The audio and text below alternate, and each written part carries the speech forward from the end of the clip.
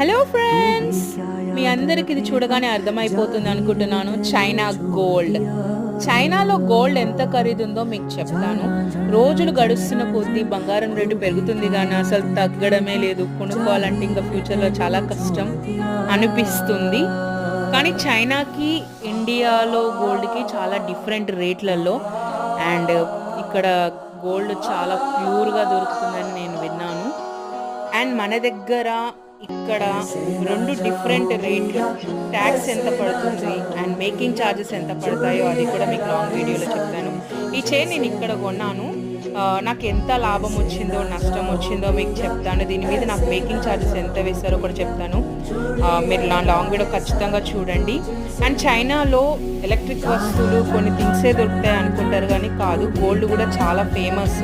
and ఇవి jade స్టోన్స్తో చేసిన బ్యాంగిల్స్, ఇవి కూడా